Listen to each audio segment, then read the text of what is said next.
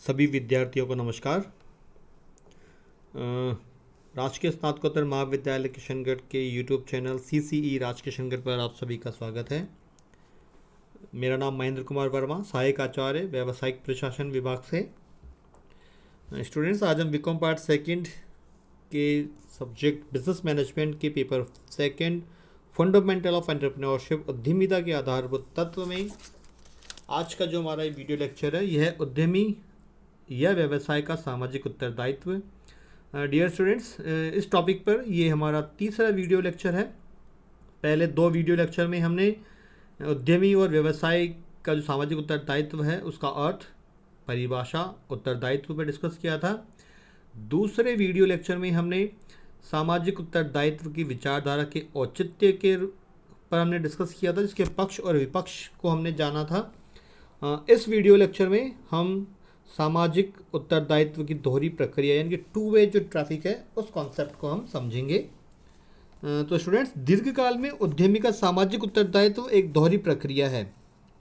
उद्यमी ने समाज से व्यवसाय करने का अधिकार प्राप्त किया है। समाज ने उसे अनेक साधन एवं सुविधाएं प्रदान की हैं। समाज उद्यमी के कारण अनेक कष्टों एवं असुविधाओं को भी सहन करता है। अतः उद्यमी का समाज के प्रति दायित्व है, किंतु जब उद्यमी अपने दायित्व को निरंतर पूरा करता है तो समाज का भी पुनः दायित्व उत्पन्न हो जाता है। ऐसे में दीर्घकाल में सामाजिक उत्तरदायित्व एक दोहरी प्रक्रिया बन जाती है। यानी कि हम इसे ऐसे सब समझें कि अगर व्यवसाय अपना दायित्व निभा रहा है तो समाज को भी अपना दायित्व निभाना चाहिए। यानी कि दोनों ही पहलुओं को या दोनों ही पक्षों को अपना अपना दायित्व निभाना चाहिए। इसलिए हम कहते हैं कि यह एक दोहरी प्रक्रिया है। यानी कि अगर व्यवसाय समाज के प्रति कोई दायित्व निभाता है तो समाज को भी उसके प्रति दायित्व निभाना चाहिए। स्वामियों के प्रति निभाता है तो स्वामियों को भी मतलब दायित्व, उद्यमी और व्यवसाय के प्रति दायित्व को निभाना चाहिए। तो अब अगर हम बात करें कि जो एक उद्यमी है समाज के किन किन वर्गों के प्रति अपने उत्तरदायित्व को निभाता है, तो उसमें सबसे पहले हम बात कर रहे हैं स्वयं के प्रति, यानी कि रेस्पॉन्सिबिलिटी टूवर्ड्स इटसेल्फ। कहावत है कि जान है तो जहान है। यही बात उद्यमी व्यवसाय के संबंध में भी लागू होती है। यानी कि व्यवसाय का प्रथम दायित्व स्वयं के प्रति ही होता है। यदि उद्यमी एवं उसके व्यवसाय का अस्तित्व ही नहीं है तो सामाजिक दायित्व भी वो कैसे निभा पाएगा। अतः उद्यमी का प्रथम दायित्व स्वयं के प्रति है। पीटर ड्रकर ने बहुत इंपॉर्टेंट बात भी इसमें जोड़ी थी कि व्यवसाय को इतना लाभ अवश्य कमाना चाहिए जिससे कि उसका जीवन चलता रहे तथा उसके साधनों की धन से उत्पादक जो भी क्षमताएं हैं वो बनी रह सके। अगर हम विस्तृत रूप में बात करें कि स्वयं के प्रति क्या क्या दायित्व होते हैं एक उद्यम के या व्यवसाय के, तो जैसे कि व्यवसाय का कुशलतापूर्वक प्रबंध एवं संचालन करना, विद्यमान उत्पादों की मांग बनाए रखना, बाजार में मांग के अनुरूप आपूर्ति निश्चित करना, नवीन उत्पादों के उत्पादन के अवसरों की खोज करना, नए नए बाजार क्षेत्रों में प्रवेश करना, उत्पादन क्षमता तथा व्यापार क्षेत्र का अनुकूलतम सीमा तक विस्तार करना, बाजार में स्वस्थ प्रतिस्पर्धा पर बल देना तथा उसमें विजय होना, सेवा द्वारा उचित लाभ कमाना, लाभों का संचय करना, उपकरणों की प्रतिस्थापना करना, शोध, अनुसंधान एवं विकास कार्यक्रमों पर ध्यान देना, इनोवेशन के कार्य करना, बाजार में संस्था की प्रतिष्ठा की रक्षा करना और उसे बनाए रखना, व्यवसाय के विकास, विस्तार एवं मितव्ययता के उद्देश्यों से व्यावसायिक संयोजन करना, व्यापारिक संघों तथा वाणिज्यिक चैम्बरों की सदस्यता ग्रहण करना, अपने विरुद्ध चलाए गए विवादों में से बचाव करना। ये सभी जो बातें हैं ये स्वयं के प्रति दायित्व को दर्शाती हैं। दूसरा जो उत्तरदायित्व एक उद्यमी निभाता है वह है स्वामियों के प्रति, यानी कि रेस्पॉन्सिबिलिटी टुवर्ड्स ऑनर्स। यानी कि जो व्यवसाय के जो मालिक हैं उनके प्रति उसकी क्या दायित्व हैं। इसमें अगर हम बात करें तो जैसे कि प्राप्त पूंजी को सुरक्षा प्रदान करनी चाहिए, पूर्व निर्धारित उद्देश्यों के लिए पूंजी का उपयोग करना चाहिए, अंशधारियों को उचित लाभांश का भुगतान करना चाहिए, अंश पूंजी में अभिवृद्धि के अवसर उपलब्ध करने चाहिए। यह अधिकार अंश तथा बोनस अंशों के कारण संभव हो सकता है। आगे हम बात करें तो लाभांशों का यथा समय भुगतान करना चाहिए। विभिन्न प्रकार के अंशधारियों के साथ व्यवहार करते समय समता एवं न्याय के सिद्धांतों का पालन करना चाहिए। अल्पसंख्यक अंशधारियों के हितों के विरुद्ध कार्य नहीं करना चाहिए। कंपनी की प्रगति एवं यथार्थ सूचना देनी चाहिए। कंपनी के अंशों में सट्टा नहीं करना चाहिए। अंदरूनी सूचना के आधार पर अंशों के लेन देन से लाभ नहीं कमाना चाहिए। यह हम बात करें कि अंशों में अंदरूनी व्यापार यानी इनसाइडर ट्रेडिंग नहीं करनी चाहिए। कंपनी की सभाओं की यथासमय सूचना देनी चाहिए। कंपनी की सभाओं में उपस्थित होने या प्रतिपुरुष नियुक्त करने की यानी कि प्रॉक्सी नियुक्त करने की का अवसर देना चाहिए। कंपनी की सभाओं में पूछे गए प्रश्नों तथा प्रकट किए गए संदेहों का समाधान करना चाहिए। ये सभी जो बिंदु हैं ये स्वामियों के प्रति जो उत्तरदायित्व है उसको दर्शाते हैं। थर्ड, अगर हम बात करें ऋणदाताओं के प्रति क्या क्या उसके दायित्व हैं, तो ऋणदाताओं के उत्तरदायित्व के रूप में प्रत्येक उद्यमी को ऋण प्राप्त करने की उचित शर्तें रखनी चाहिए। सरकार द्वारा निर्धारित सीमाओं में ब्याज की उचित दरें निर्धारित करनी चाहिए। देय होने पर यथासमय ब्याज का भुगतान करना चाहिए। परिपक्वता पर मूलधन का भुगतान भी यथासमय करना चाहिए। यदि ऋण का किस्तों में भुगतान किया जाता है तो किस्तों का भुगतान भी यथासमय किया जाना आवश्यक है।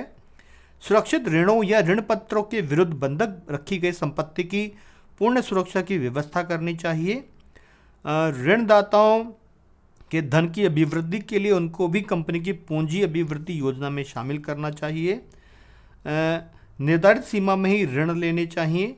संचालकों को भी अपनी अधिकार सीमा में ही ऋण प्राप्त करने चाहिए और प्राप्त ऋण राशि का उपयोग पूर्व निर्धारित उद्देश्यों के लिए करना चाहिए।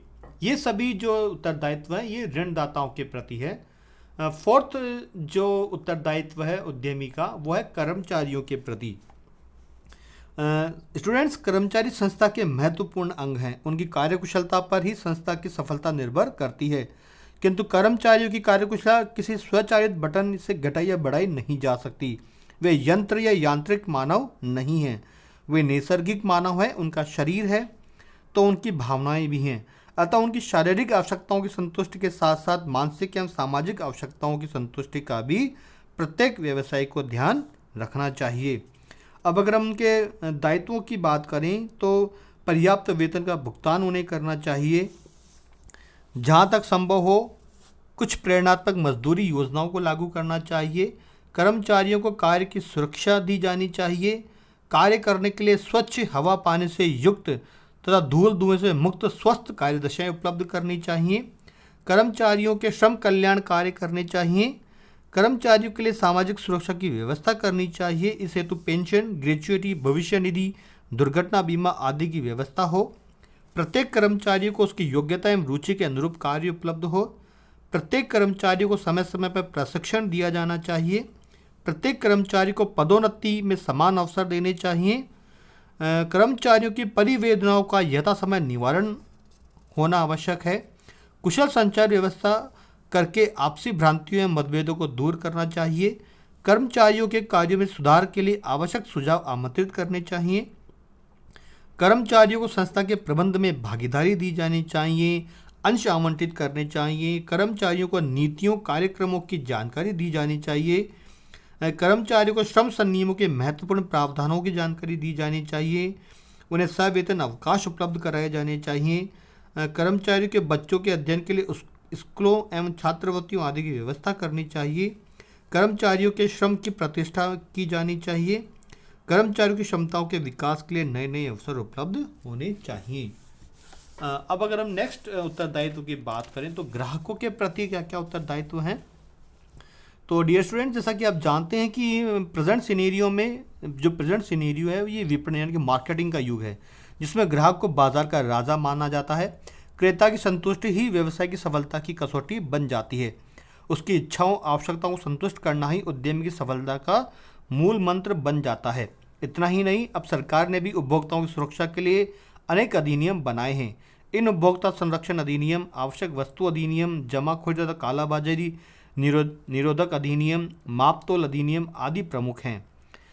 और इन सभी चीज़ों को ध्यान में रखते हुए कुछ विशेष दायित्व भी उत्पन्न हो जाते हैं, जो कि ग्राहकों की आवश्यकताओं का अध्ययन करना तथा आवश्यकता की वस्तुओं एवं सेवाओं का उत्पादन करना, उचित मात्रा में यथा समय आवश्यक उत्पाद तथा सेवाएं उपलब्ध कराना, उचित मूल्य पर उत्पाद तथा सेवाएं उपलब्ध करना, प्रमापित वस्तु के उत्पाद उपलब्ध करना, उत्पाद शुद्ध स्वरूप में उपलब्ध करने चाहिए तथा मिलावट नहीं करनी चाहिए। नकली या मिलते जुलते ट्रेडमार्क या रंग रूप के उत्पाद बनाकर भ्रम उत्पन्न नहीं करना चाहिए। उत्पादों की जमाखोरी से अनुचित लाभ नहीं कमाना चाहिए। कम मापतोल या हिसाब किताब की गड़बड़ी से लाभ कमाने की प्रवृत्ति से दूर रहना चाहिए। सदैव यथार्थ विज्ञापन ही देने चाहिए।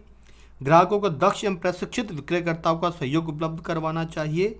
उपभोक्ताओं की शिकायतों का तुरंत समाधान होना चाहिए। उपभोक्ता संघों की मांगों के प्रति दायित्व रुचि दिखानी चाहिए। मान्यता प्राप्त सामाजिक संगठनों तथा व्यापार संघों द्वारा निर्धारित आचार संहिता का पालन होना चाहिए। माल के विक्रय के समय किए गए वायदे तथा किए गए आश्वासनों को भी पूरा करना चाहिए। विक्रय उपरांत सेवा उपलब्ध करनी चाहिए। ग्राहकों की इच्छाओं या आवश्यकताओं, बाजार परिस्थितियों, वस्तु की उपयोगिता आदि का निरंतर शोध होना चाहिए।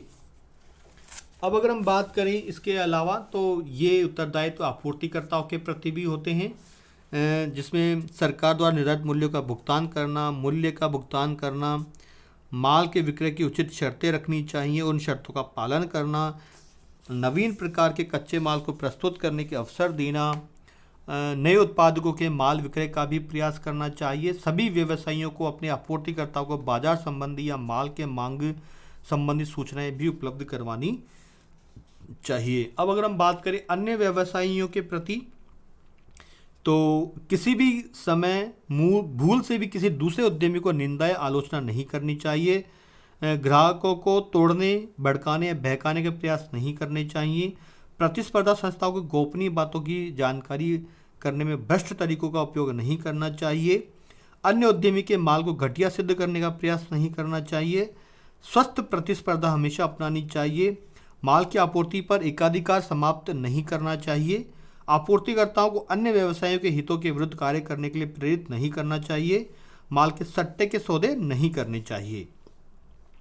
अगला हम बात करें तो व्यापारिक एवं पेशेवर संस्थाओं के प्रति भी बहुत से दायित्व हैं, जैसे कि व्यापार संघ की सदस्यता ग्रहण करना, प्रत्येक पेशेवर तथा तकनीकी व्यक्ति को अपने संघ या संस्था की सदस्यता ग्रहण करवाना, सक्रिय रूप से हिस्सा लेना, इन संस्थाओं का यथा समय शुल्क तथा चंदे का भुगतान करना, रिपोर्टों, बहुत सी प्रकाशित किए जाने वाले पत्रों, पत्रिकाओं, पुस्तकों, रिपोर्ट आदि में लेख तथा मौद्रिक सहयोग देना चाहिए। प्रकाशित लेखों तथा अन्य सूचनाओं का अध्ययन करना चाहिए, अपने सुझाव भेजने चाहिए। इन संस्थाओं के शोध कार्यक्रमों तथा जनगणना कार्यक्रमों के लिए भी सही सूचनाएं देनी चाहिए। आचार संहिताओं का पालन करना चाहिए। नेक्स्ट हम बात करें कि विश्व के प्रति क्या क्या उत्तरदायित्व होते हैं। तो विश्व के प्रति जो भी कोड ऑफ कंडक्ट एक जो डिसाइड किया जाता है उसका हमेशा पालन करना चाहिए, जिसमें कि अंतर्राष्ट्रीय व्यवसाय को बढ़ावा देने वाले प्रयासों में सहयोग करना, अन्य देशों के उद्यमियों को सहयोग देना, अल्प विकसित तथा विकासशील देशों में उद्योगों के विकास में सहयोग देना, अन्य देशों की आंतरिक राजनीति एवं घरेलू मामलों में हस्तक्षेप नहीं करना, अंतर्राष्ट्रीय उत्पादन तकनीकों को अपनाना एवं विकसित करना, सामाजिक सांस्कृतिक मूल्यों का आधार करना, अन्य देशों के साथ सांस्कृतिक एवं सामाजिक संबंध भी स्थापित करना, अंतर्राष्ट्रीय व्यापार में अंतर्राष्ट्रीय मानकों तथा प्रमापों का पालन करना, अंतर्राष्ट्रीय व्यावसायिक नैतिकता तथा आचार संहिता का पालन करना, विदेशी गोपनीयता को भंग नहीं करना और विदेशी राष्ट्र की प्रभुता का सम्मान करना। अब अगर हम बात करें कि समाज सरकार के प्रति क्या क्या दायित्व हैं, तो इसमें है देश की समझदार नागरिक के भांति सभी सरकारी नियमों तथा कानूनों का पालन करना, देश की प्रमुख नीतियों, औद्योगिक नीति, लाइसेंसिंग नीति, आयात निर्यात नीति आदि में आदि के अनुसार ही अपने व्यवसाय का संचालन करना, देश की आर्थिक नीतियों का क्रियान्वयन करना, देश के योजनाओं की प्राथमिकताओं को ध्यान में रखकर अपनी उत्पादन योजनाएं बनाना, अपनी स्थापित उत्पादन क्षमता तथा लाइसेंस क्षमता का पूर्ण उपयोग करना, देश की सरकार की नीतियों के अनुरूप ही अपने उद्योगों का विकास एवं विस्तार करना, देश के आर्थिक साधनों का विद्रोहन व्यापक राष्ट्र हितों में करना, सरकार के आर्थिक उत्थान एवं गरीबी उन्मूलन कार्यक्रम में सक्रिय रूप से भागीदार होना, सरकार द्वारा निर्धारित रोजगार योजना के लक्ष्यों को पूरा करने में योगदान देना, अल्पसंख्यक समुदायों, आर्थिक एवं शैक्षणिक रूप से पिछड़े समुदायों के लिए रोजगार उपलब्ध कराना, सरकार की सामाजिक समस्याओं यथा बीमारी, अशिक्षा, अज्ञानता, छुआछूत आदि के निवारण में सक्रिय भूमिका निभाना, सरकारी तंत्र एवं प्रक्रिया को सहयोग करना, सरकारी नियमों तथा कानूनों का पालन करना, राष्ट्र तथा जनहित विरोधी कार्यों जैसे कि शत्रु राष्ट्र से व्यापार करना, तस्करी करना, इन सभी बातों से दूर रहना, आपत्तिजनक परिस्थितियों यथा युद्ध, अकाल, उपद्रव आदि में सरकार का सहयोग करना, अनावश्यक रूप से राजनीति को प्रभावित नहीं करना और विदेशी मुद्रा को अधिकाधिक अर्जित करने तथा कम से कम खर्च करने के प्रति निरंतर प्रयास करना। तो आज के इस वीडियो में इतना ही। धन्यवाद।